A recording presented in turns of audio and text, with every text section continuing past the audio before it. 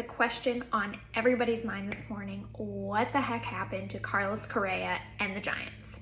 Just 1 week ago, on December 13th, Carlos Correa and the Giants agreed to terms on a deal.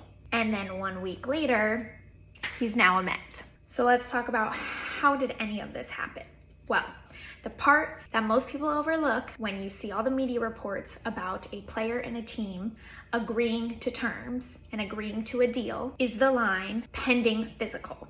Now, it rarely ever happens that a player will fail a physical or a team will be uncomfortable with the result of a physical. However, when a player and a team do agree to terms, it's always pending a physical. So oftentimes the player is not in the same city as the team in which he is signing. So the team will often schedule the physical to happen just prior to when they will hold the press conference to announce the signing. So often the day before, the player will fly in, they will go through the whole physical process, get all their scans, everything that the team requires that they do.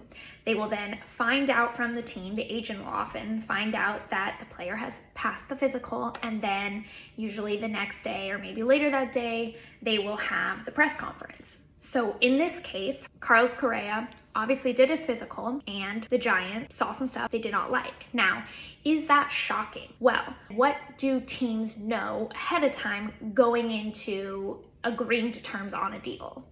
Once a player hits free agency, all teams that are interested in potentially signing your player are allowed to request medicals from the player's previous teams. So any MRIs, any of the physicals that the player has done with any of his prior teams, all teams that are now interested in your player can request those physicals and have access to all their medical records from previous teams. So often this provides a pretty good look at the history and the medical history of the player and everything that the previous teams had access to. But once a new team signs the player, they are allowed to conduct their own physical and do whatever kinds of assessments, MRIs, etc. that they want. So in this case, when the Giants saw something that they were uncomfortable with, they then can potentially back out of the deal because it's pending the physical, or they can renegotiate terms given what they see in this physical. Now, the agent in this case said, all right, well, now that the negotiations are back open, they went to the Mets, and the Mets made an offer, and they decided, all right, we're just going to go with